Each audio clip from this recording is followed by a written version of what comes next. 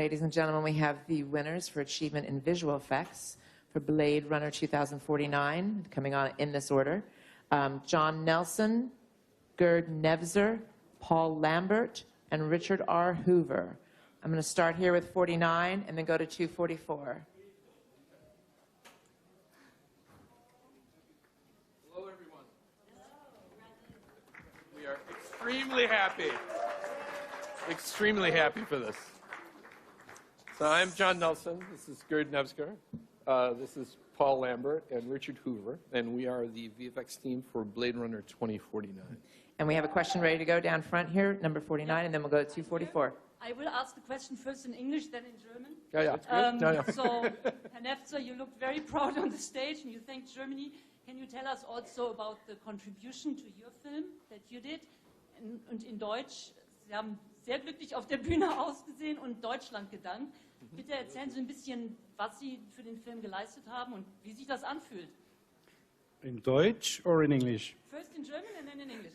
Das fühlt sich großartig an, fantastisch.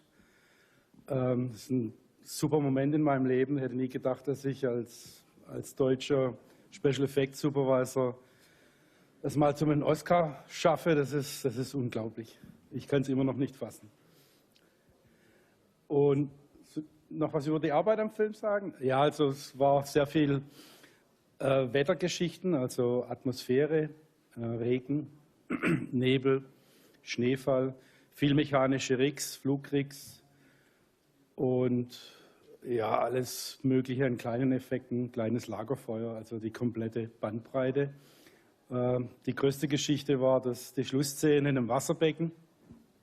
Das Schwierige war, dass das eben sehr kurzfristig in Budapest gebaut wurde und wir die ganze Technik bauen mussten in kürzester Zeit. We're going to go to 244 and then 127. We're just going to keep going. It's okay. Congratulations, team over here to your left. So Blade Runner was such a seminal movie, such a visionary film, and I know it was exciting to be able to work on this reimagining of the tale or revisiting. But can you explain to us what it's like to actually be holding the Oscar right now for your work on this new version? Well, it's pretty much like you dream. You start a project with the idea in your mind that you're lucky enough to get the sequel to the film that everyone loves. So you live for 2 years with everyone poking you in the chest and saying it better be good, right? And then you dream that it could be as good as you think it could be. And then ultimately you're lucky enough through the talent largely of these guys behind me to be able to really bring it, right?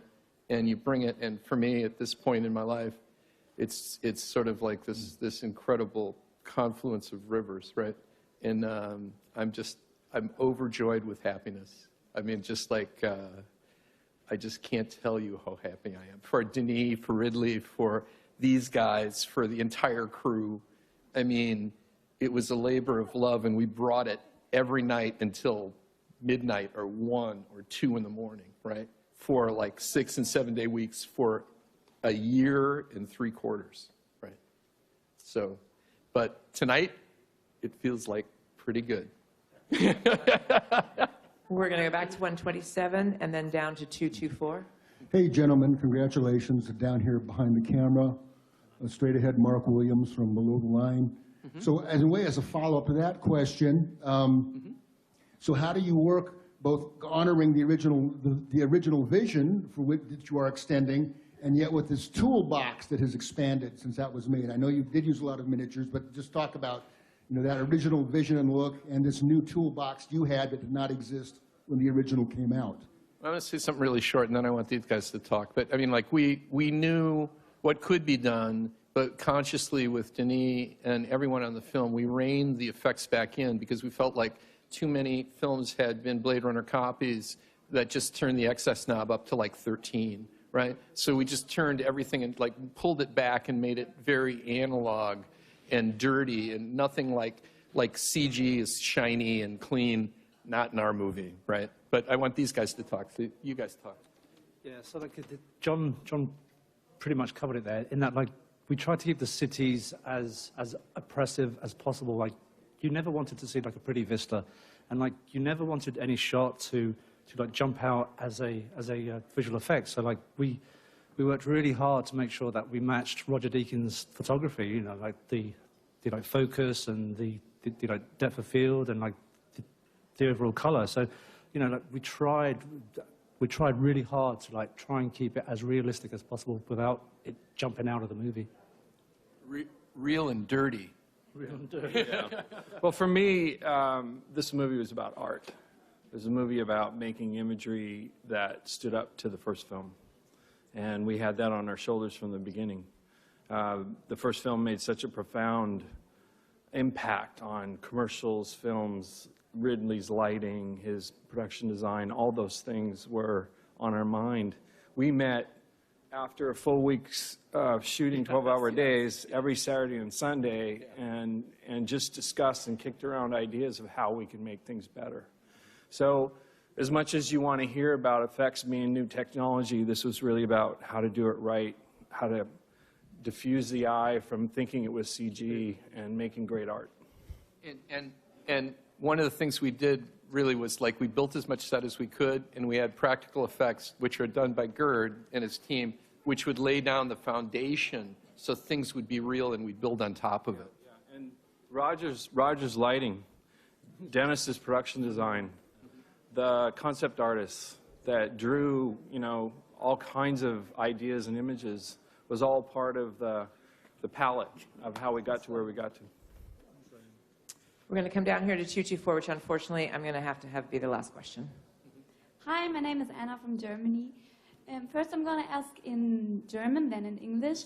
Herr Nefzer, herzlichen Glückwunsch, hier bin ich.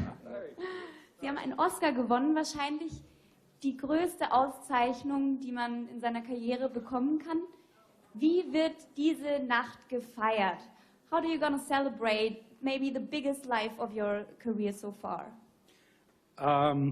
We don't know yet, but I think it's in German.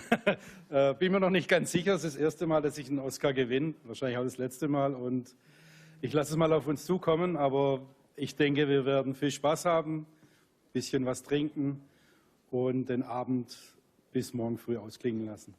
Ist going to Arbeit on Monday. Yeah, I have to go back to work on Monday, so I fly back and go straight into a project on Tuesday. He's not going to sleep. Thank you so much, gentlemen, and congratulations. They think we're going to drink a river of champagne tonight, really. Thank you, guys. Thank you. Thank you. Thank you. Thank you so much.